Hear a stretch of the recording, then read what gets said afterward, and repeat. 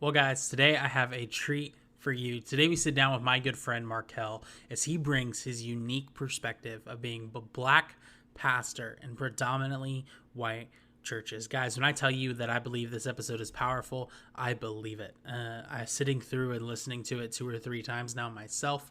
I got teary eyed each time as Markel shares his story because it's that impactful and it's that raw and it's that real. And so I hope you guys walk away with something meaningful from this story today. Hey, if you could do me a favor, if you're watching this on YouTube, you click that like and subscribe button. That would mean the world to me. If you're on iTunes, be sure, if you haven't already, to click subscribe and rate. And if you're on Spotify, please be sure just to follow us. Other than that, guys, and follow me on Instagram as well.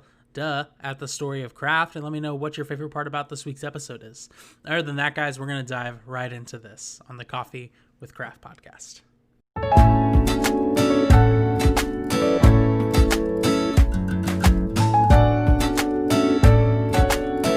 Welcome to Coffee with Craft. Well, hey, Markel, how you doing today? I'm doing good, brother. How you doing?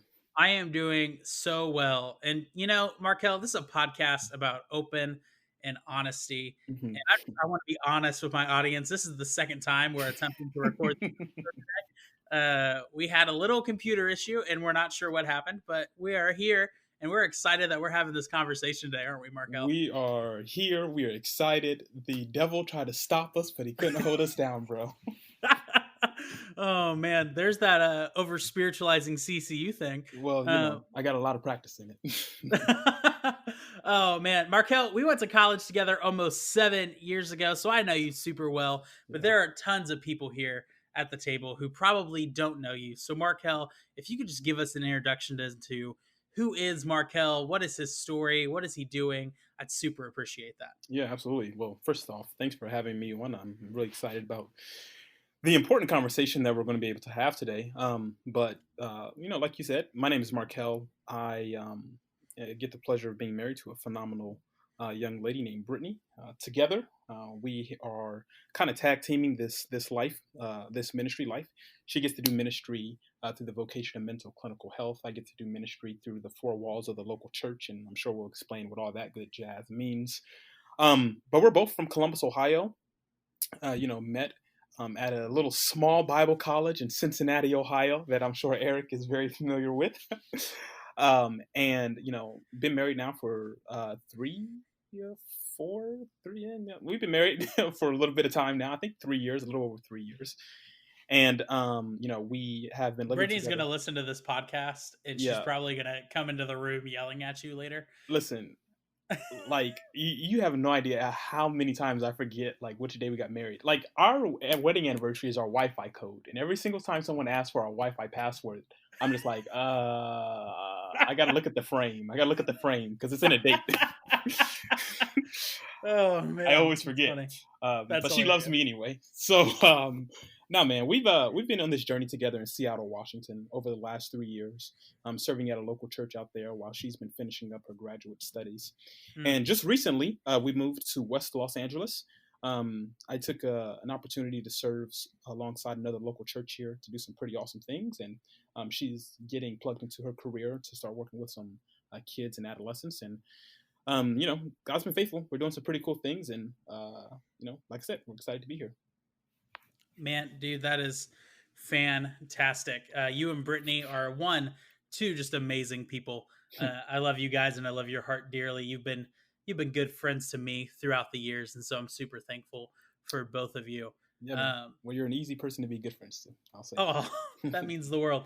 But today, Markel, unlike our friendship, we're going to have maybe a difficult conversation or a conversation with some tension in it. Because besides COVID-19, right, there's been a lot of other stuff going on in our world today, especially around the issue of racial reconciliation, racism, racial tension, and things of those natures, with the killing of several Black men and women in recent months, such as George Floyd and Breonna Taylor and things of that nature. And today I wanted to bring you on to bring your unique perspective of being a Black man working in predominantly white churches, because Markel's story is that he has served predominantly in churches that uh, are a large majority white. Would you say that is correct, Markel? Yeah, absolutely. Yeah. And so, kind of the first question today, Markel, that I want you to really use to lead us into this conversation is, what has been your experience as a Black pastor or minister within the confines of a church that is largely white? Yeah. The best way to answer that question is probably it's been interesting.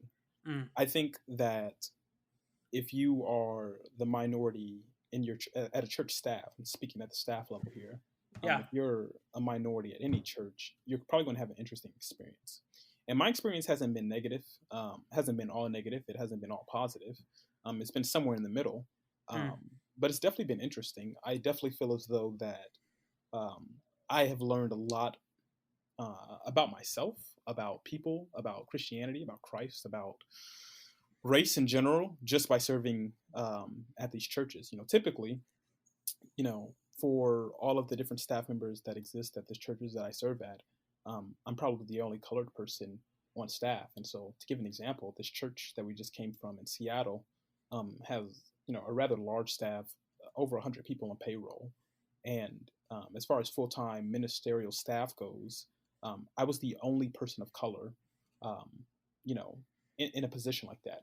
The only person of color, and we're talking about out of dozens of different individuals.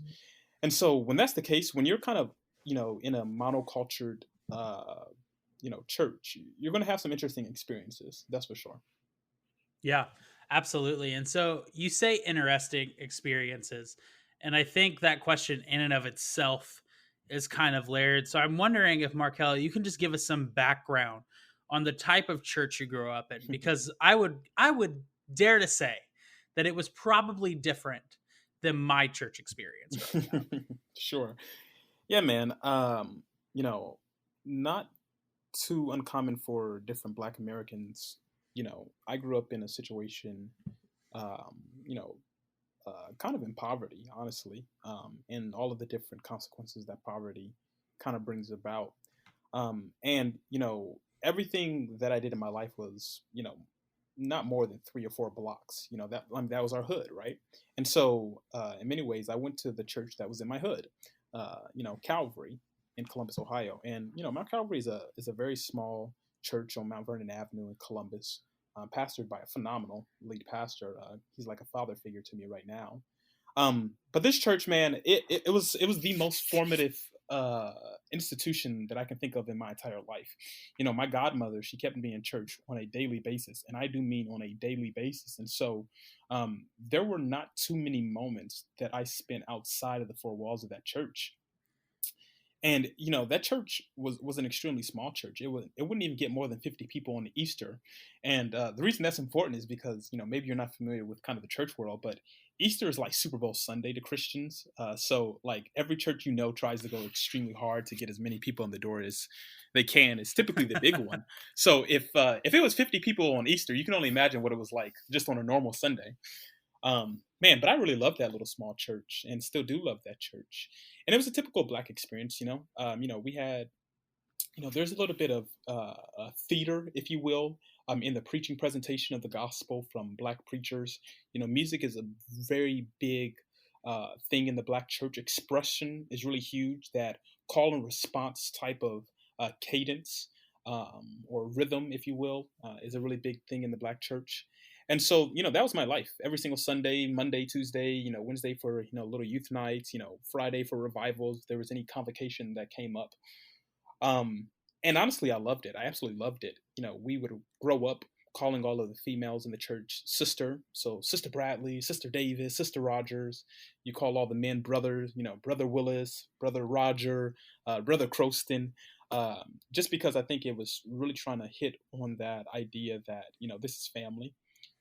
And I would dare to say that if you're Black and listening, you probably have had a very similar experience in the church that you grew up in, if you grew up in a predominantly African American church. So, yeah, no, it was good. I mean, I heavily enjoyed it. It inspired me to be the person I am now. It gave me a reason to want to be in ministry. The whole reason in the first place that I even had the desire to go to Bible college or even invest my life into serving a local church is because of the things that I saw, heard, and learned within the four walls of Mount Calvary. So, no, I loved it. Yeah, absolutely. And so that is your experience growing up. When did when did you first discover that not all churches look like mine? Yeah, good question. When did I discover that not all churches look like mine? I think I discovered that probably my freshman year in college. Mm, So I did my first year and a half at the University of Akron. And at that point in time, I had an idea that I wanted to do ministry, but I was kind of running away from it for a variety of different reasons. Um, and so I was like, okay, you know what? I'll go get a biology degree or I'll go get my political science degree. University of Akron is a secular college. It'll be great. And, I got up there and, old habits die hard. And it was unnatural for me not to be in a church on a Sunday morning. And so, you go a semester without going to church and it feels like, something's eating you up on the inside. And so I started looking for a church. And my roommate at the time, his parents were going to another church. And, they invited us out to the church.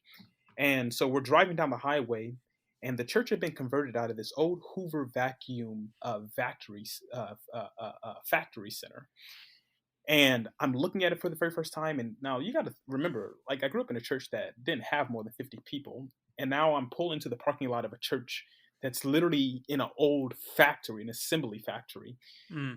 And, we get in there and the service starts and the lights go down and the pre-roll happens and the lights happen and the haze. And, this pastor who really changed my life, literally, gets on stage, in these super tight skinny jeans with holes in them, the most beat up shirt you could possibly imagine, a ton of different rings on his finger, this, cool hip haircut, these tattoos all up and down his arm, which is the complete opposite of what I grew up in. Like, Yeah. my pastor would wear suits, collars, and like liturgical robes in the pulpit. And, these people are there singing these songs I never heard of. They have these, 12-piece bands with this kind of like underlying rock theme or this rock sound to it. And for the first time, like, that was honestly the first time I had experienced another church that was not like mine. And the crazy thing about it was, even though it was so different, there was something very similar about it. The way that the people were kind of calling out in worship, the way that the people were responding to the pastor, and the energy and the charisma that the pastor was preaching with, and that same passion and vigor, reminded me a lot of my pastor back in Columbus. And so it was similar in that way. And so, which I thank God for, Mhm. because, I think those similarities made it okay for me to keep going back, because I was just interested enough to keep finding out, like, okay, like, what is this church about? Oh, I didn't know churches even operate like this. And, then I slowly start looking up the type of music they're singing, and I'm like, a Hillsong, that must be a little small church somewhere, which it most definitely is not. Um, and, it just exposed me to a completely different world. And it's out of Yeah. that church that I really launched off into Bible college. Yeah, that's some good stuff there. So you launch off into Bible college, you begin to pursue vocational ministry.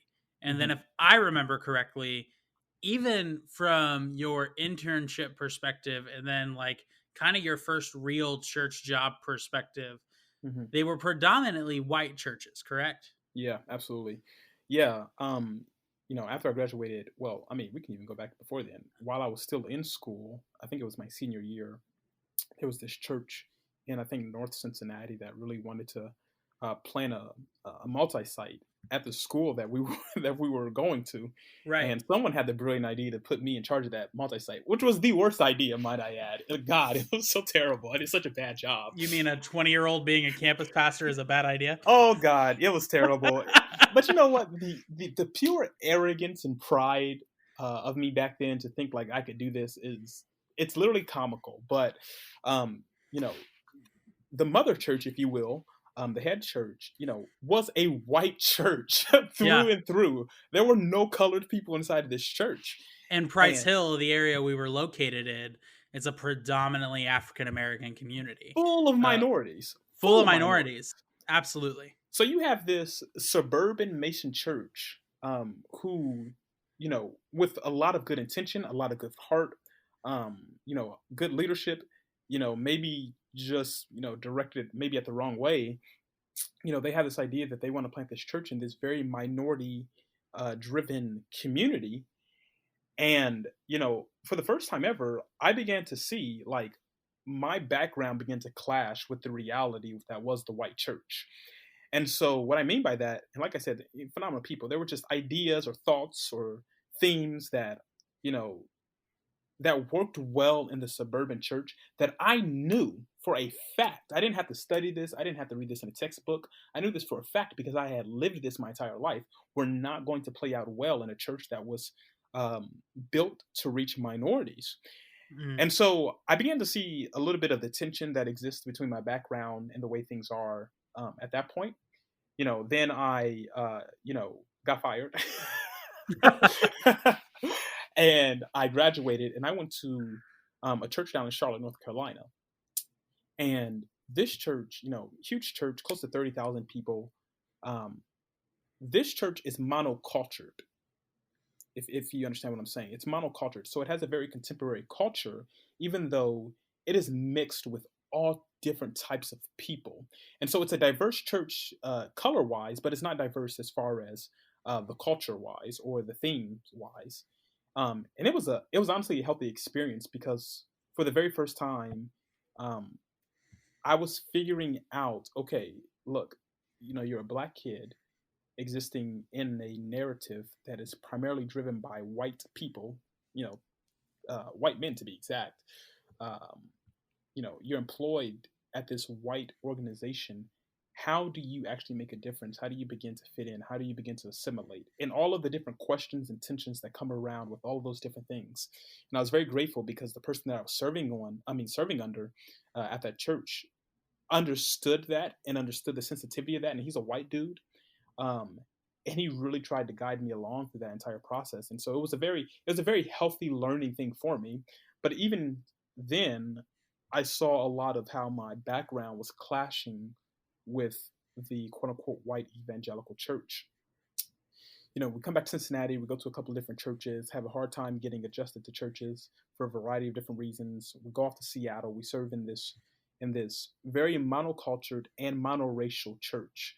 Um, there were over 100 people on payroll at this church. Um, and out of the few dozen full-time ministerial staff members, I was the only person of color on staff, period. The only person of color. And we would sit in a weekly basis, in these team meetings where there'd probably be like, 15, 16 people. And we'd be discussing just, the state of the church or the state of politics or whatever was on the agenda that day.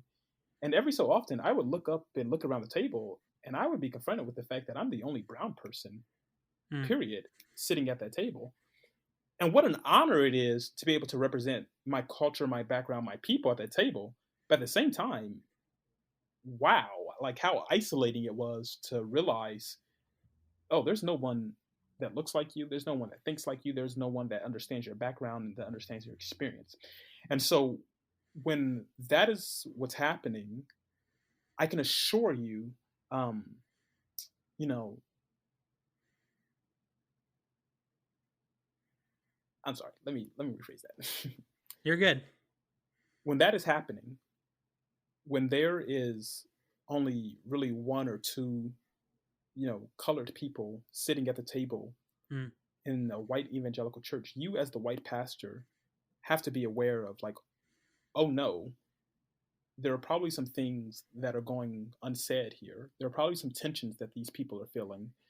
There's probably some pressure that they're experiencing. Even if we're not purposely trying to do that, I can assure you that your colored staff member, if they're in that situation, is feeling all of those different things. Mm. And, I say the word interesting because it was at that church in that moment that I think that I saw some of the positives uh, to being a Black American working in a church and some of the negatives. So, Yeah. So, man, let me ask the hard question off of that. yeah, What are some of the negatives? hmm, good question. whenever you're the only one in a monocultural or monoracial organization, you're going to Mm-hmm. feel undervalued, you're going to feel underappreciated, and you're not going to feel as Mm. though that you actually belong. Yeah. Did they purposely make me feel undervalued? Did they purposely make me feel like I didn't belong? I don't think so. I don't think that was the heartbeat behind any of those individuals. But did that did that make me feel? Did I indeed feel that way? Absolutely. I mean, you know, you know, I mean, I'll never forget when we first got there. It was literally months. And we're just ministering to the students, and we get someone that comes up to us just out of the blue, and it's like, aren't you a Muslim? They know nothing about my background. They know nothing about my history. The first thing that they associate, me with is like being, some radical Muslim, on an agenda. And I'm like, yes, I am a Muslim who got a Bible degree and who works inside of a church. Wow, I am such a secret operative. I can only imagine what my mission is here. Um, like literally ridiculous.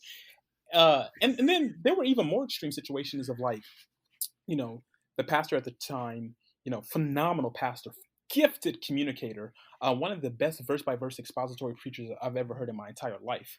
Um, you know, he set the standard kind of what like teaching and preaching was in the church, and I heavily enjoyed him. And every time I would get ready to preach, obviously growing up in a different church background, I learned how to preach completely differently. And Yeah. so every time I would preach like that, of course you get the positive responses from the people that you were preaching to, but I'll never forget that my supervisor, we hadn't had more than 4 or 5 conversations. And this is the truth. Comes to me and says like, hey, I think you're preaching unbiblically. And I want you to preach more like this and like that. Now, did do I think that he was trying to tell me that I needed to bury my culture, or I need to bury my background, I need to bury my DNA or how I was brought up? Absolutely not. I don't think that was his conscious thought. Is that the way it was taken? Absolutely. Yeah. Um, and I mean, and And I can. so that's so fascinating. He told you your preaching style was unbiblical. Yeah, yeah. He's a good man. Like I said, Wow. I don't know if he recognizes how that made me feel. You have to understand, like, Yeah. already feeling alone and isolated and kind of like like the sore thumb Mm. uh, in a community. Those type of comments, they just compound on top of everything else, and it really, really makes you feel alone and isolated. And so, what Yeah. I'm thinking in that moment, in his mind, what he's probably thinking is like, okay, you know what? I'm giving him some helpful preaching advice to be successful here at the church. And in my mind, I'm thinking, oh, you're trying to whitewash what I'm doing so that I can assimilate better to your monoculture. And here goes the most frustrating part of all of that, Eric. It's that I sat there, I listened to that, I felt hurt, I felt angry, I felt disgusted, went home to my wife, blah, blah, blah. I came back the next day and I did my best to assimilate. Yeah. I did my very best to whitewash what I was doing. Um, Mm. you know, and that wasn't just for preaching. That went for everything. So I'm always fascinated by the answer to this next question. Hmm. So you say you whitewashed Hmm. everything, like your entire style of ministry and things of that nature, moving forward from that experience. Were Hmm. you afraid of having the tough conversation of how your supervisor made you feel with him, or were you afraid? What were your feelings or emotions, and why did you choose to assimilate versus maybe fighting back or leaning into conversation? Yeah, man. Um, bro, my wife was in grad school. Yeah. I just moved us across the country Mm. on, literally nothing, uh, Yeah. more than just kind of a hope and a dream. And this doesn't sound terrible, but you know what what I thought was the biggest priority in that season, or at least at that moment, was making sure that my family was provided for. And Yeah. so there's a sense of, you don't want to rock the boat, mm, I get that. if you don't have to. And here's the issue. Please hear me out for every single black person that's listening. I know there are hundreds, thousands, millions of Black individuals that understand exactly what I just said. And you Yeah, have to understand that you're not wrong for feeling that way.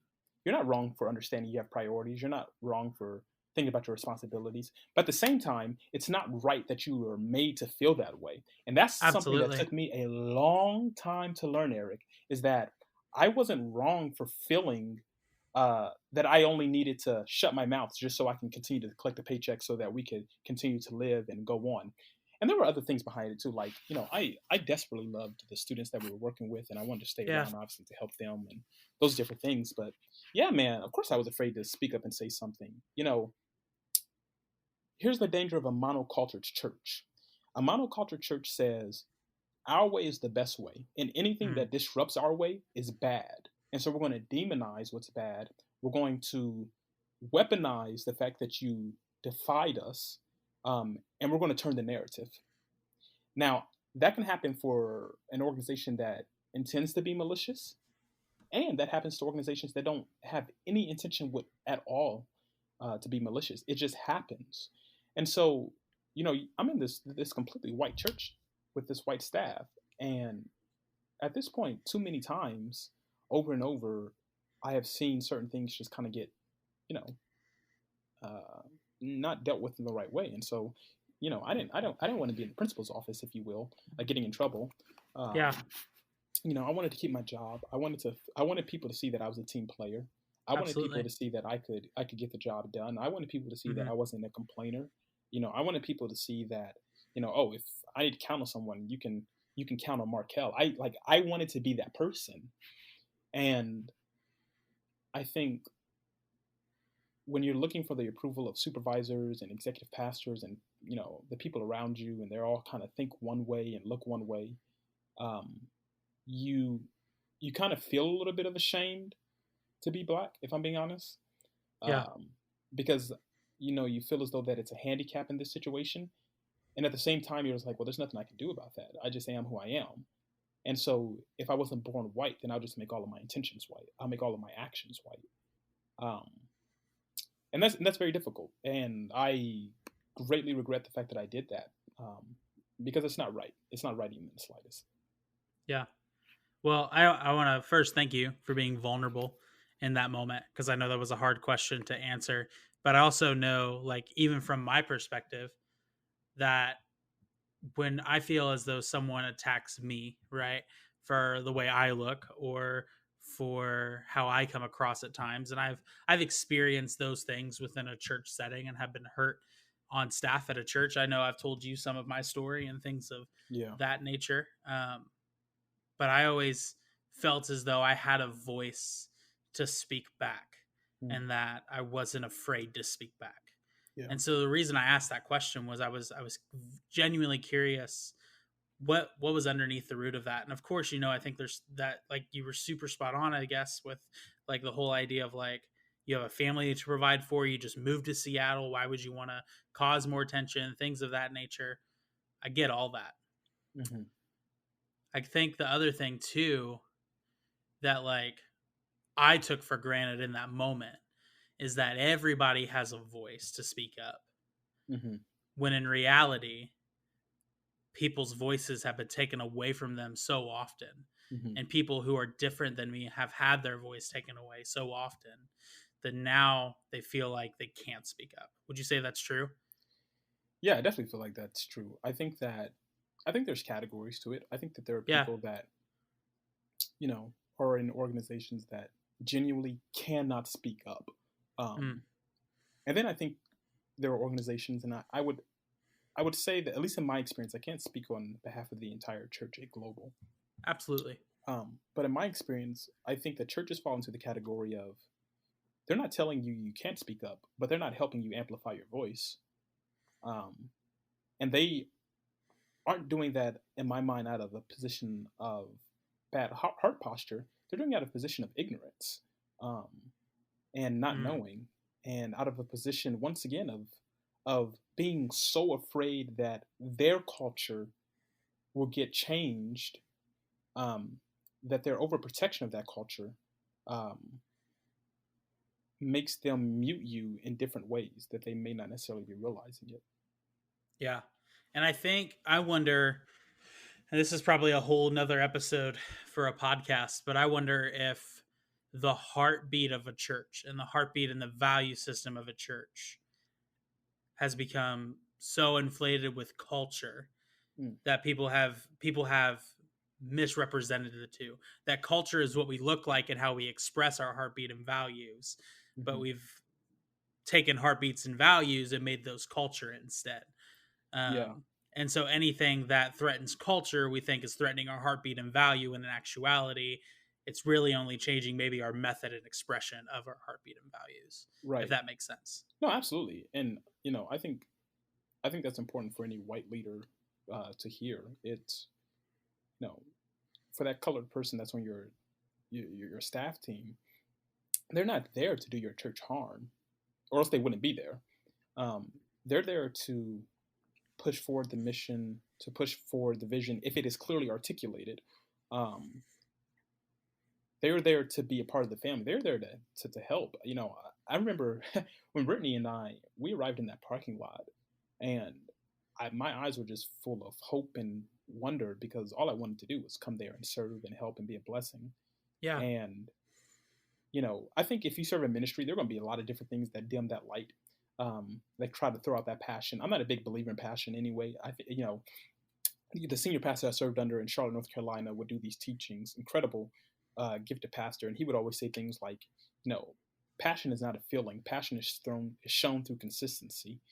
And so, I think there are a lot of different things in ministry that are going to try to push you off that road of consistency.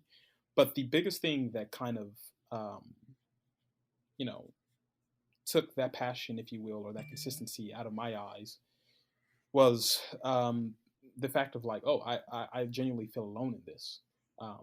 This is a 2,000 person church, like I said, over 100 people on payroll, dozens of people are always in the building, in their offices, and yet you feel very alone in the journey that you're dealing with. And how do you speak up about it? Will people respond well? I don't know. I'm too afraid to speak up about it. But I don't think any colored person that comes to the church is there to ruin the church. I think it's okay to have people that come and change the way that you express the things that you care about. That's not an assault on values. That's not an assault even on your culture.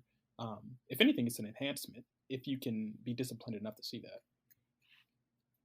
Yeah, man, that is good stuff. So hey, I want to switch the narrative a little bit because I feel like I love your story, and I would hate it if we didn't learn from it. So my next question is simply this: what can white leaders within churches do, both from a senior pastor level down to the lowest of the youth minister level, right? What can white church leaders do to better promote true diversity and inclusion within our ministries? Mm-hmm. Yeah. Great question. I say that leaders would first need to probably educate themselves Mm, on the issues. I think any leader that blindly believes that their staff member, you know, their black, Latino, XYZ staff member is just going to kind of come in, fit into our all white church, and it's just going to be all rainbows and roses. I think that's pretty ignorant. I think that's pretty foolish. I understand why you would think that. Everyone thinks that their thing is like the best, right? And that there's no issues there. Um, but you know, you have to look at the role that the evangelical church has played in pushing slavery and Jim Crow. mm, There's a phenomenal book that I would recommend to everybody called "The Color of Compromise," and it looks at just that. It looks at how the white evangelical church has played a massive role in the deconstruction of minority communities yeah, for decades. Um, and so I don't think those things just go away overnight. I don't think that people forget about those things overnight. I don't think that um, those policies, those principles, those institutions, they just kind of vanish overnight. If you're a white leader, you need to be on high alert, understanding that one of the ways that the enemy is going to come in to try to disrupt your staff team is by letting that young or old, black person on your team feel isolated, feel like they have nothing to contribute, feel like they have nothing um, to add. And so, if you're a white leader, number one, I would say educate yourself on the fact that, try to do your best to educate yourself on the plight of that minority. I think that's a good first start. The second thing I would say is you got to be intentional.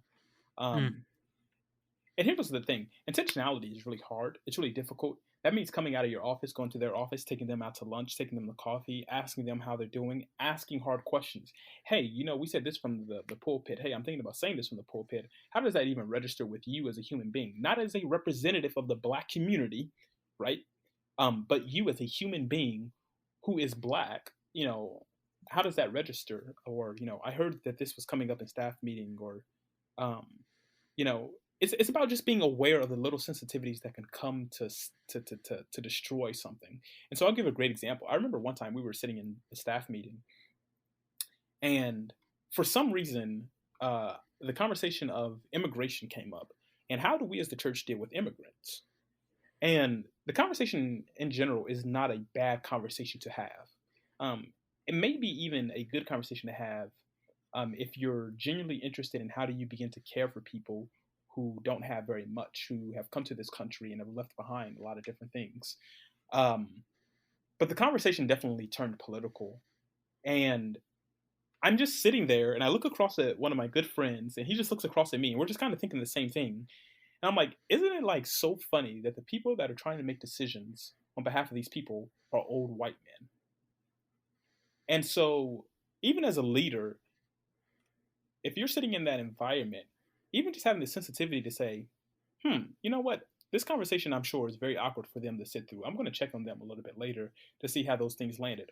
Or, hey, I want to intentionally call out Sean, or I want to intentionally call out Jaron, and I want to ask him, what does he think? Since he's the only one that probably has any experience with this, uh, what does he think about this?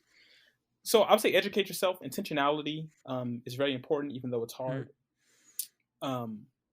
And then, honestly, it's not enough to have, if your church has the resources, it's not enough to have a black janitor or an Hispanic maintenance team member. It's okay, I want to be intentional about diversifying my junior leadership team, my freshman leadership team, and my senior leadership team. I don't want to just have minorities that are just playing the associate youth pastor role. No. I want a minority eventually to be able to play the youth pastor role if they're the fit for it, right? I want a minority to come in and be on our executive team to change up how we're thinking about things. Like, I want a minority that could be our executive pastor. I want a minority that's sitting on our eldership team. I need someone who just thinks differently and has a different background to be with us, just so that we can get a full understanding of the picture. And I think that probably follows under intentionality. Yeah. Man, that's good stuff. Are you there? Oh yeah. Oh. I was just thinking about. I'm trying to think because like I'm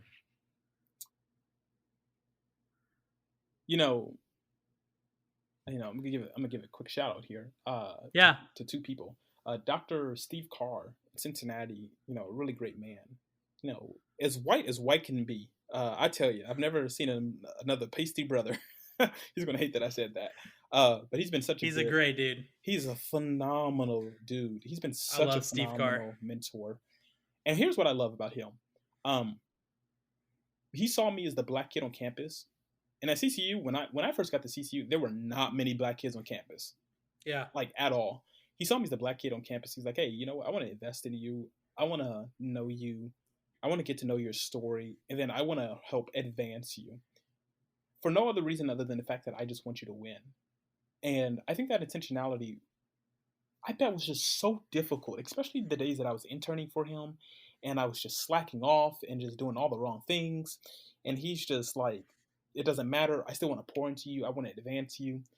I give him a lot of props because I think he set the model for me of what I want to do for people that don't look like me. And then, there's a gentleman, out of New England, Daniel King. He serves as, the head of operations for this really thriving church out there. And I've never met the guy face to face. And I think he's in New Hampshire. And once again, as white as you can be. And even today, right before we even started recording this, he's texting me saying like, "Hey man, how are you doing? Like, how are you doing? Not how's the church doing, not how's the ministry doing, but how are you doing as an individual?" Yeah. Um, that type of intentionality, that type of like, "Hey, I'm genuinely interested in how you're doing as a human being and how you're going through things, um, and how you're overcoming and how you're learning." Mm. I think that is the roadmap that we could probably all kind of learn from. Boom.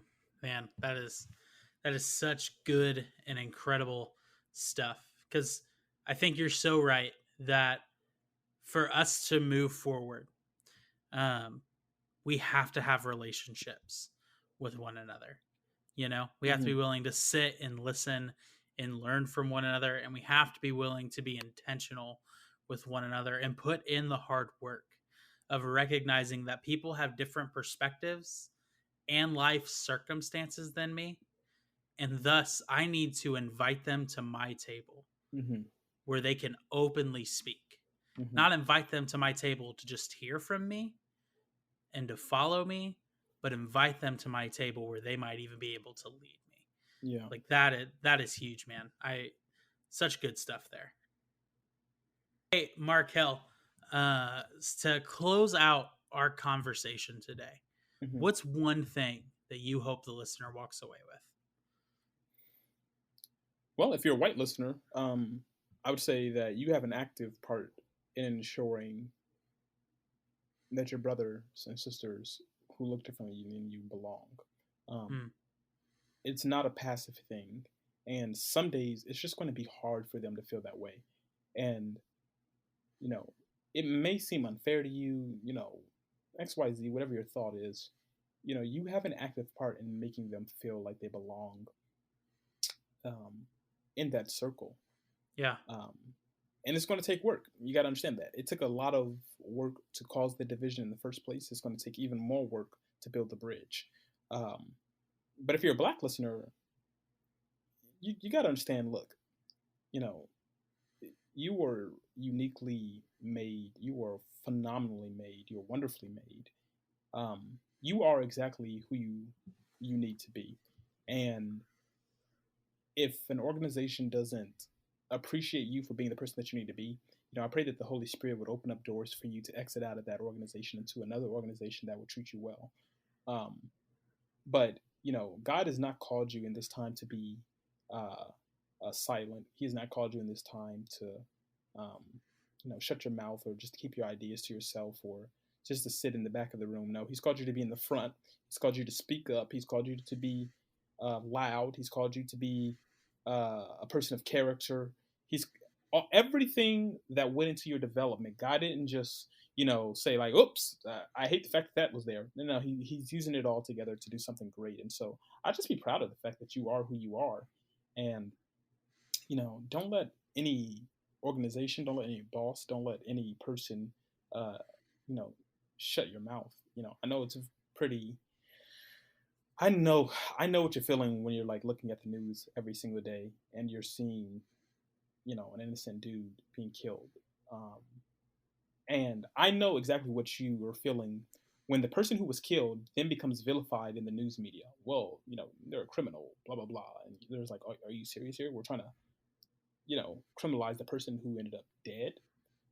I know exactly what you're feeling. I know what you're feeling when you're out on those streets protesting. I know what you're feeling when you're trying to have these conversations with your white friends and white individuals. Um, keep doing all of those things. Keep moving forward. Keep being uniquely yourself. It's a good thing. Um, and I guess I do have a third group of people that I want to talk to, and that's the people that have probably been out on the streets protesting, whether you're black or white. Um, you know, if you want to see actual change begin to happen in your community. You have to understand that politics is a part of that change. And every single major legislation that has really moved the needle for people groups in this country has never started at the federal level. It has always started at the state and the local level. And Mhm. so thank God you're out protesting, but make sure you walk to the ballot in November. And I'm not just talking about voting for the president, but I'm talking about you got to vote for the people that are going inside your state houses. You got to vote for the people that are going inside your city halls. You got to vote for the city comptroller. You got to vote for you know in every position that is up for election. You have to go out and vote for that because that is where the change happens at a state and a local level. So continue to protest, but also make sure you go to the ballot to vote in November. And if there's a local position that you think there's not a good candidate for, maybe you need to run for it. Yeah, yeah, seriously, Yeah, seriously. absolutely. That dude, such good stuff there. I appreciate it oh so much. So Markel, I know we have taken up a large part of your evening today, but I just wanted to say thank you so much for being open and vulnerable in this conversation with us today. I really appreciate you coming on and sharing your heart and sharing what you're about. No, thank you, man. I thank you for having this conversation, and I know that you know there's a lot more conversation to be had, and there's deeper things to dive into. But you're doing good work, my man. Well, thanks, man. I appreciate it. And thank you for pulling up a chair and having a seat with us today on the Coffee with Craft podcast. I appreciate you a whole heck of a bunch. I will see you guys next week.